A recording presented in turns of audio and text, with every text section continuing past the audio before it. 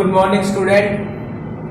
चलिए आज शुरुआत करते हैं एक नए चैप्टर की, इंटीरियर ऑफ द अर्थ। ये आपका जो चैप्टर है वो बीए फर्स्ट ईयर के सेकंड सेमेस्टर में है। इंटीरियर ऑफ द अर्थ, पृथ्वी की आंतरिक संरचना के बारे में। तो चलिए जानने की कोशिश करते हैं कि पृथ्वी की आंतरिक संरचना कैसी है, उसके बारे में जानने के कौन कौन से हमारे पास में सोर्सेस है, स्रोत है, ताकि हम पृथ्वी के आंतरिक भाग के बारे में जान सकें। तो चलिए शुरुआत करते हैं। What do you know about the interior of the earth? आप पृथ्वी के आंतरिक भाग के बारे में क्या जानते हैं? क्या आपने कभी पृथ्वी के आंतरिक भाग में जाकर या उसमें नजर लगा के देखा है? उसमें हम उसके बारे में देख सकते हैं, क्योंकि ये पृथ्वी का जो आंतरिक भाग है या तो ऊपर का जो सरफेस है उसमें हम डायरेक्ट इसके अंदर देख नहीं पाते। तो इसलिए हमारे पास में कौन कौन से साधन हो सकते हैं जिसके बारे में और जिसके द्वारा हम पृथ्वी के आंतरिक भाग में जानकारी प्राप्त कर सकते हैं। तो आज हम कोशिश करेंगे इस चैप्टर को कि किस तरीके से हम पृथ्वी के आंतरिक भाग के बारे में जान सकते हैं। How do we know the structure of the earth if we have never seen it? अगर हमने इसे कभी नहीं देखा, इसे पृथ्वी को, यदि हमने पृथ्वी को नहीं देखा है, कभी उसके आंतरिक भाग के बारे में कभी नहीं देखा है, तो हम इसके बारे में कैसे अंदाजा लगा सकते हैं कि पृथ्वी की आंतरिक संरचना कैसी है? तो हम कैसे इसकी आंतरिक संरचना के बारे में जानेंगे, कैसे हम इसके बारे में पता लगाएंगे? इसी से रिलेटेड इस चैप्टर को हम डिस्कस करने जा रहे हैं। Learning objectives. जब आप इस चैप्टर को पूरा पढ़ लेंगे, जान लेंगे, तो आप इस बारे में जानकारी प्राप्त करेंगे। To know about the structure of the earth. सबसे पहला कि आपको पृथ्वी की आंतरिक संरचना के बारे में जानकारी मिलेगी। पृथ्वी के आंतरिक संरचना के बारे में आपको जानकारी मिलेगी। दूसरा जो है आपको मिलेगी इसके अंदर कि आप किस प्रकार से इसके अंदर the elements present in the interior of the earth. पृथ्वी के आंतरिक भाग में कौन कौन से एलिमेंट्स, कौन कौन से जो तत्व है वो मौजूद है। The reason for being interior hot, और पृथ्वी अंदर से इतनी क्यों गर्म है। इन सब प्रश्नों के बारे में हम जानने की कोशिश करेंगे। यानी कि जब आप इस चैप्टर को पूरा पढ़ लेंगे, पूरा समझ लेंगे, तो आप इन तीनों प्रश्नों के आंसर देने में सक्षम हो जाएंगे। यानी कि पृथ्वी की संरचना के बारे में जानना, उसमें आंतरिक जो तत्व है उसमें कौन कौन से एलिमेंट्स है पृथ्वी के इंटीरियर पार्ट में, उसके बारे में, और उसका जो इंटीरियर हॉट यानी कि गर्म क्यों है, इसके बारे में भी आप आसानी से बता सकते हैं। The source of the information about the interior of the अर्थ। यानी कि यदि हमें पृथ्वी के आंतरिक भाग के बारे में जानना है तो हमारे पास वो कौन कौन से सोर्सेस रहेंगे, स्रोत रहेंगे, जिसके द्वारा हम क्या है पृथ्वी के आंतरिक भाग के बारे में जानकारी प्राप्त कर सकते हैं। स्रोत कौन कौन से हैं, जिसको हमने लिखा है डायरेक्ट और इनडायरेक्ट, यानी कि प्रत्यक्ष और अप्रत्यक्ष रूप से कुछ ऐसे सोर्सेज है जिसके द्वारा हम पृथ्वी के आंतरिक संरचना के बारे में जानकारी जुटा सकते हैं, उनके बारे में जानकारी हम दे सकते हैं। To know about the interior of earth we take the help from the direct as well as indirect sources. तो चलिए जानकारी लेते हैं कि वो कौन कौन से डायरेक्ट सोर्स के अंदर आते हैं और कौन कौन से ऐसे सोर्सेज है जो इनडायरेक्ट के अंदर आते हैं। तो सबसे पहले हमारे पास में जो सोर्सेज रहेंगे, the sources to the study of interior. पृथ्वी के आंतरिक भाग के बारे में जानकारी हम कैसे लगा सकते हैं, वो कौन से सोर्सेज है।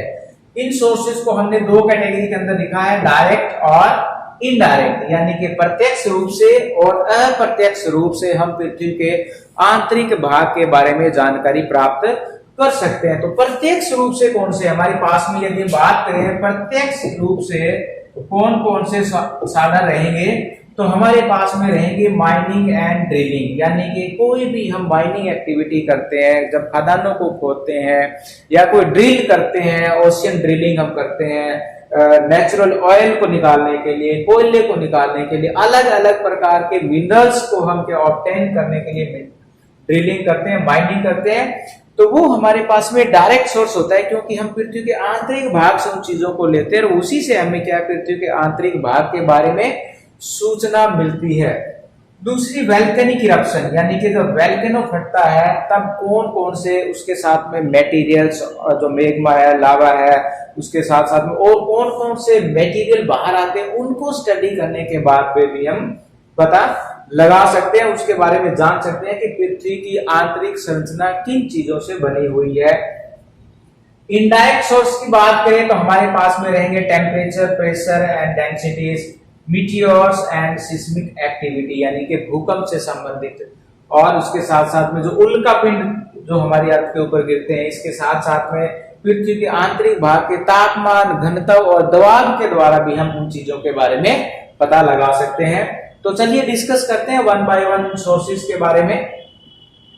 डायरेक्ट सोर्स की यदि हम बात करें तो यहाँ पर हमारे पास में है माइनिंग, यानी कि खदान को जब हम खोदते हैं। वोल्केनिक इरप्शन, जब ज्वालामुखी फटता है, ज्वालामुखी, ठीक है, ज्वालामुखी से भी हम उन चीजों को पता लगा सकते हैं। और ड्रिलिंग के द्वारा, यानी कि जब हम ओशियन के अंदर ड्रिल करते हैं तब हम जो हमारे पास में जो मटेरियल अवेलेबल होता है उसको हम लेबोरेटरी में जाकर चेक करके पता लगा सकते हैं कि पृथ्वी के आंतरिक भाग के अंदर कौन कौन से तत्व या एलिमेंट्स मौजूद है, वो किन किन चीजों से बने हुए हैं।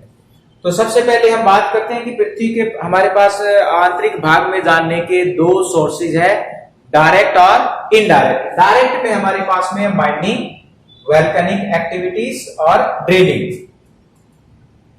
माइनिंग क्या है? द प्रोसेस ऑफ ऑब्टेनिंग कोल, यानी कि वो प्रक्रिया जिसके द्वारा हम पृथ्वी के आंतरिक भाग से कोयले को निकालते हैं और अदर मिनरल्स, यानी कि दूसरे और मिनरल्स को निकालते हैं फ्रॉम ए माइंस, यानी कि जो खदान होती है वहां से बीनीथ द अर्थ सरफेस, जो हमारी पृथ्वी के आंतरिक भाग या पृथ्वी के जो अंदर में मौजूद है। तो माइनिंग क्या है? माइनिंग वो प्रोसेस है जिसके द्वारा हम कोयला और दूसरे जो मिनरल्स है, जो खनिज है, उनको पृथ्वी के आंतरिक भाग से प्राप्त करते हैं। थ्रो माइनिंग, अब होता क्या है थ्रो माइनिंग? माइनिंग से हमें क्या मिलता है? थ्रो माइनिंग और ड्रिलिंग, जब हम कोई ड्रिलिंग करते हैं चाहे हम कोई माइनिंग करते हैं तो हमें मिलता क्या है? We have gain a very scanty knowledge. Scanty मतलब बहुत कम नॉलेज हम इससे प्राप्त कर पाते हैं, क्योंकि पृथ्वी का जो आंतरिक भाग है, यानी कि पृथ्वी का यदि हम रेडियस की बात करें तो पृथ्वी का जो रेडियस है वो लगभग 6371 किलोमीटर है। और मैक्सिमम हम जो माइंस करते हैं, माइनिंग एक्टिविटी करते हैं, वो 4, 5, मैक्सिमम 10 किलोमीटर तक। तो इससे यदि हम बात करें इसके रेडियस के 6371 के कंपैरिजन में 10 किलोमीटर अंदर में जो भी हम सूचनाएं प्राप्त करते हैं, दैट इज वेरी स्केंटी और that is very low, negligible जिसको हम बोलते हैं। The gold mine in south Africa, अब यहाँ पर बात आती है कि साउथ अफ्रीका के अंदर एक गोल्ड माइंस है जो 3 से 4 किलोमीटर गहरी है, 3 to 4 kilometre. Going beyond this depth is impossible because of the very intense heat of the depth. इससे नीचे जाना पॉसिबल नहीं है, और हम नीचे जाते हैं तो पृथ्वी के आंतरिक भाग में बहुत ज्यादा गर्मी है और उस गर्मी की वजह से हम पृथ्वी के आंतरिक भाग में डायरेक्ट नहीं जा सकते। तो ये तो थे हमारे पास में डायरेक्ट सोर्स में माइनिंग और ड्रिलिंग, जिसके द्वारा हम क्या है माइन से जो सूचनाएं, जो इंफॉर्मेशन हमें मिलती है उसके बारे में हम पृथ्वी के आंतरिक भाग में जानने की कोशिश करते हैं। यहाँ पर आप देख सकते हैं the deepest gold mine in the world, यानी कि पृथ्वी पर जो गोल्ड माइंस है जो साउथ अफ्रीका की बात कर रहे थे। तो यहाँ पर ये देखिए आप किस तरीके से माइंस के अंदर हम जाने की कोशिश करते हैं। इस प्रकार से ये राउंड शेप के अंदर यहाँ धीरे धीरे अंदर की तरफ जाया जाता है। तो और अंदर जाते हैं तो हमारे पास में जो है इतनी ज्यादा गर्मी हो जाती है कि इससे हमें क्या ज्यादा अंदर या इसके ज्यादा गहराई में हम नहीं जा सकते। तो Konings gold mines located at Johannesburg, South Africa is the deepest mine in the world with an operating depth of 4 kilometre, यानी कि ये लगभग 4 किलोमीटर तक गहरी है, इससे ज्यादा गहरी माइन नहीं है। वोल्केनिक इरप्शन, इस प्रकार दूसरी जो हमारे पास डायरेक्ट सोर्स की यदि हम बात करते हैं तो वो है वोल्केनिक इरप्शन। वोल्केनिक इरप्शन से हमें क्या मिलता है? जब ज्वालामुखी फटता है तब क्या होता है? The volcanic eruptions from another source of the obtaining direct information. Volcanic eruption से क्या आएगा? जब कहीं पर भी वोल्केनो फटता है तो हमारे पास में क्या चीजें आती है? तो यहाँ से हमारे पास में जो भी मटेरियल्स, हॉट मटेरियल्स मैग्मा आता है वो हमारी पृथ्वी के आंतरिक भाग से आता है, इंटीरियर से आता है। The magma came out from the interior part of the अर्थ। और इसको हम फिर क्या करते हैं, लेबोरेटरी में जाकर उसका जो है एनालिसिस करते हैं, तो उससे हमें उसके मिनरल्स के बारे में, उसकी फिजिकल और केमिकल प्रॉपर्टीज के बारे में पता चलता है, किस प्रकार से पृथ्वी का आंतरिक भाग बना हुआ है। तो यहाँ पर डायरेक्ट सोर्स का दूसरा जो हमारे पास एग्जांपल है volcanic eruption. As and when the molten material यानी कि जिसको मैग्मा बोलते हैं is thrown on to the surface, यानी कि पृथ्वी के आंतरिक भाग से उस मैग्मा को जब बाहर फेंका जाता है और the earth during volcanic eruption के दौरान जब ज्वालामुखी फटता है becomes available for the laboratory, यानी कि वो उस मटेरियल को हम लेबोरेटरी में जाकर लेबोरेटरी के अंदर जाकर उसकी टेस्टिंग करते हैं। However it is difficult to ascertain the depth of the source of the such material। हालांकि इस प्रकार से हमें, इस प्रकार के लेबोरेटरी से एनालिसिस से हमें क्या है उसकी डेप्थ के बारे में इतना ज्यादा पता नहीं लग पाता है कि ये कितनी गहराई से वो जो मैग्मा है वो बाहर आया है। हालांकि फिर भी हमारे पास में पृथ्वी के, इससे हमें कुछ आइडिया तो ये लग रहा है कि पृथ्वी कहीं ना कहीं, पृथ्वी का जो आंतरिक भाग है वो लिक्विड फॉर्म में है, तभी तो वो जो मैग्मा है वो मैग्मा चैम्बर से बाहर की तरफ आया है। तो इससे हमें कुछ से पृथ्वी के आंतरिक भाग में जानने की जानकारी प्राप्त होती है। तो उन चीजों को हम क्या है फिर लेबोरेटरी में ले जाकर टेस्टिंग करते हैं और उससे हमें कुछ इंफॉर्मेशन को गैदर करते हैं। World largest active volcano. अब यहाँ पर आप देख सकते हैं कि वोल्केनो के दौरान किस प्रकार से जो मॉल्टन मटेरियल है ये बाहर की तरफ फेंका जा रहा है और फिर जब ये कूल डाउन हो जाता है तो उसको लेबोरेटरी में जाकर हम चेक करते हैं। द मोना लोआ is the world largest active volcanoes, ठीक है, यानी कि मोना लोआ जो दुनिया का सबसे सक्रिय ज्वालामुखी है, यानी कि एक्टिव ज्वालामुखी है। द मोना लोआ is one of the 5 volcanoes that form the island of the हवाई इन द पैसिफिक ओशियन, यानी कि जो प्रशांत महासागर है वहां पर हवाई जो आइलैंड्स है वहीं पर मोना लोआ जो है वोल्केनो है। और वो इस प्रकार का जो वोल्केनो, एक सील्ड वोल्केनो बोलते हैं जिसको, यानी कि ढलान वाला एक सील्ड सी बन जाती है। वोल्केनो के वैसे बहुत सारे टाइप्स होते हैं, हम आने वाले वीडियो के अंदर इनको डिस्कस करेंगे। तो यहाँ पर हम जानकारी प्राप्त करें हमारी पृथ्वी के आंतरिक भाग में कि किस प्रकार से जो ज्वालामुखी या जो वोल्केनिक इरप्शन है हमारी हेल्प करता है to know about the interior of the earth. Next, indirect sources. अब हम बात करते हैं इनडायरेक्ट सोर्सेज के तहत। जो डायरेक्ट और इनडायरेक्ट सोर्सेज का मतलब है कि डायरेक्ट में तो हम उन चीजों को पृथ्वी से लेते हैं, ठीक है, लेकिन यहाँ पर इनडायरेक्ट हम मतलब दूसरे तरीके से पृथ्वी के बारे में जानकारी प्राप्त करने की कोशिश करते हैं।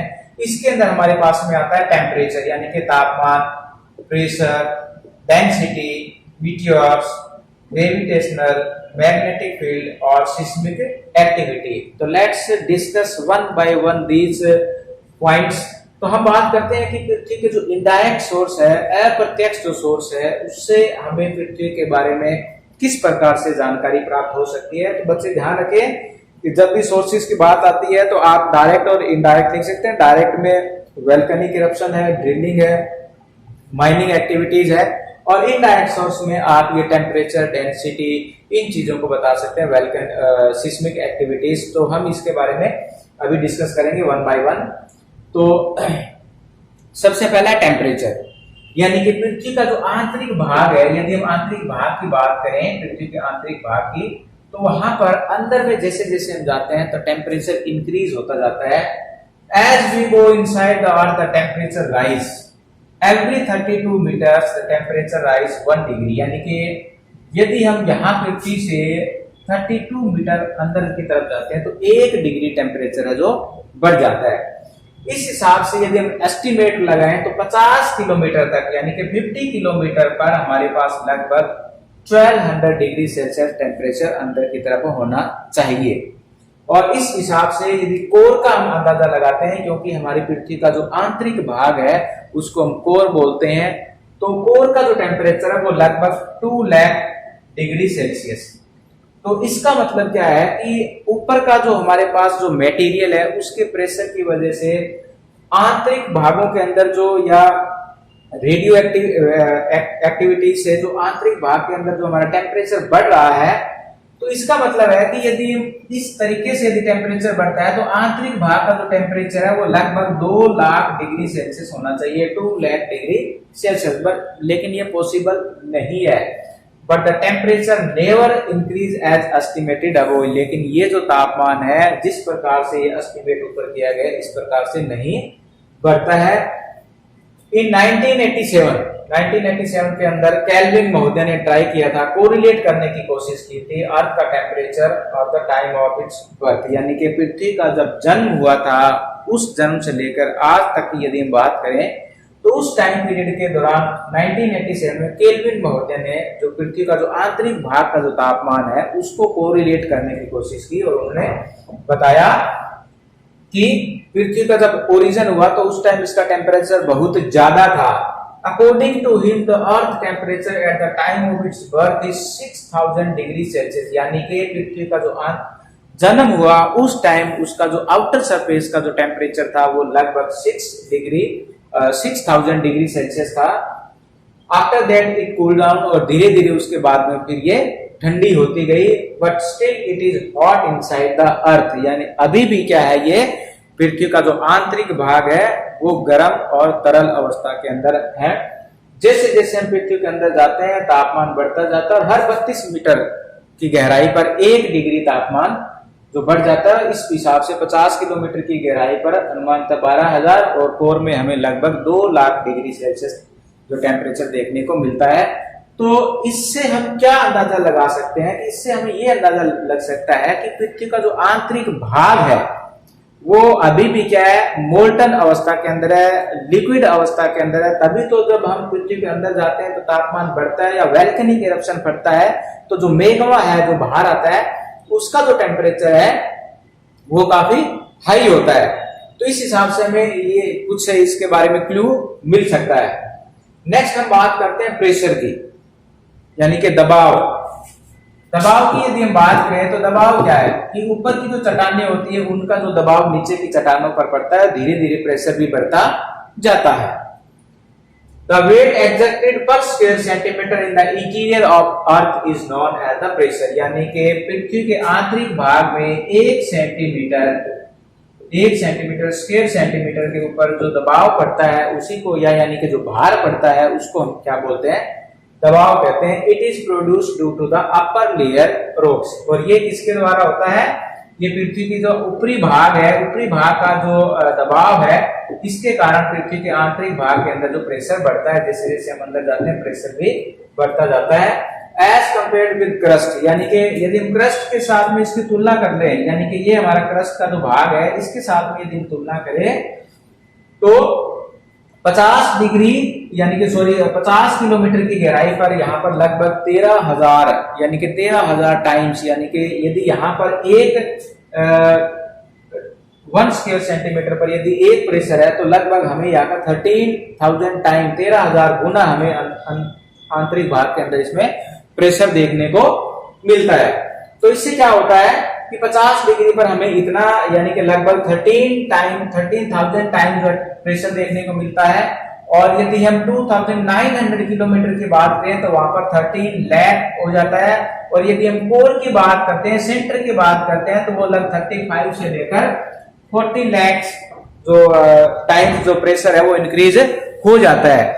लेकिन टेम्परेचर की तरह ऐसा नहीं है कि प्रेशर भी इसी हिसाब से बढ़ता जाते हैं। It means inside the earth the pressure is more than the upper part, यानी कि पृथ्वी का जो आंतरिक भाग है वहां पर प्रेशर हाई है और इसका जो ऊपरी भाग है उसके ऊपर प्रेशर जो है लो है। ये हाई और लो ये क्यों है, क्योंकि it is due to the heavy materials like iron. पृथ्वी का जो आंतरिक भाग है वो निकिल और फेरस जैसे हैवी मटेरियल जहां पर उनकी जो मैग्नेटिक पावर ज्यादा है उन मटेरियल से बना होने के कारण due to the heavy materials found inside the core और inside the earth the temperature और the pressure inside the earth is also high. तो इस हिसाब से बात करते हैं कि पृथ्वी का जो आंतरिक भाग है वहां पर हमें प्रेशर ज्यादा मिलता है क्यों ज्यादा मिलता है? क्योंकि वहां पर हैवी मटेरियल्स यानी कि जो आयरन जो है, इस प्रकार के हैवी मटेरियल्स हमें पृथ्वी के आंतरिक भाग में देखने को मिलता है, जिसकी वजह से वहां का प्रेशर हाई है। नेक्स्ट हम बात करते हैं डेंसिटी, घनत्व। इसको बोलते हैं घनत्व। घनत्व क्या है? घनत्व क्या है? यदि हम घनत्व की बात करें तो घनत्व अलग अलग प्रकार के होते हैं, जैसे कि जनसंख्या का घनत्व है। यहां पर हम बात करें कि मटेरियल यानी कि पृथ्वी का जो आंतरिक भाग है उसका घनत्व कितना है, किस पृथ्वी के अलग अलग जो लेयर्स है उनका घनत्व कितना है। तो सबसे पहले हम बात करते हैं कि घनत्व क्या, व्हाट इज डेंसिटी। डेंसिटी क्या है? Density describe how closely packed the particles, यानी कि पृथ्वी के आंतरिक भाग में, ऊपरी भाग के अंदर जो पार्टिकल्स है वो किस प्रकार से ये डेंस है या वो एक दूसरे से दूर है। ठीक है, तो इससे मतलब क्या है कि how closely the materials are packed, कितने वो घनीभूत होकर मटेरियल आपस में पैक्ड हुए। इधर सॉलिड, लिक्विड और गैसियस, किसी भी फॉर्म में हो सकता है वो। The density is the amount of the mass per unit volume, यानी कि पर यूनिट जो वॉल्यूम है, कोई भी हमारा एक यूनिट हो उसके अंदर कितना जो मास है, कितना उसके अंदर है, वो हमारी डेंसिटी दिखाता है। इसका मतलब है कि घनत्व बताता है कि ठोस, तरल या गैस में कणों को कितनी बारीकी से पैक किया गया है। घनत्व प्रति इकाई आयतन की मात्रा है, प्रति इकाई आयतन की मात्रा है। तो इस हिसाब से हम बात करते हैं The earth crust is made of sedimentary rocks having density 2.7, यानी कि अर्थ का यदि क्रस्ट की बात करें, यदि हम मान लीजिए हमारे पास यहाँ पर अर्थ की 3 अलग अलग लेयर्स है, और इन लेयर्स को यदि हम बात करते हैं कि ये लेयर्स हमारे पास जो है, तो इन लेयर्स की जो डेंसिटी होगी, अलग अलग जो लेयर्स की अलग अलग हमारे चाहे क्रस्ट है, मेंटल है, कोर है, इनकी यदि हम बात करते हैं, यहाँ पर हमारे पास में इनको अलग अलग हमारी डेंसिटीज में देखने को मिलती हैं। सपोज हमने अर्थ को, ये अर्थ का एक हमने टुकड़ा जो एक पीस ले लिया, इसको हमने अलग अलग इसकी लेयर के अंदर डिवाइड कर दिया यहाँ पर। ठीक है, यदि हम इसको क्रस्ट मान लेते हैं, ये हमारी क्रस्ट है, तो यहाँ की जो डेंसिटी है वो 2.7 है, यानी कि अर्थ क्रस्ट की जो डेंसिटी है 2.7 है। और at 2900 kilometre the density rise up to 5 to 6, यानी कि यदि हम मेंटल की बात करते हैं, मेंटल में, तो यहाँ पर 2900 किलोमीटर डेंसिटी कितनी है? 5.6। और इसके बाद में यदि हम कोर की बात करते हैं, यदि हम आंतरिक भाग में जाते हैं, तो यहाँ पर डेंसिटी 11 से लेकर 12 और कहीं किसी किसी बुक के अंदर ये 13 तक भी दिया गया है। इसका मतलब क्या है कि as when we are going upper from top to the inside earth, the density is also going to be increase, यानी कि डेंसिटी भी, घनत्व भी धीरे धीरे अंदर की तरफ बढ़ जाता है। ऊपरी भाग जो है ये इसका घनत्व कम है, बीच वाला भाग इसका घनत्व मीडियम है, और अंदर का जो भाग है इसका घनत्व सबसे ज्यादा है। यदि हम एवरेज डेंसिटी की बात करें अर्थ की, तो वो है 5.5 density. It means the density is high inside the earth than the upper part, यानी कि ये बिल्कुल, यानी कि ऊपरी भाग से हमारा जो आंतरिक भाग है पृथ्वी का, वहां का घनत्व ज्यादा है।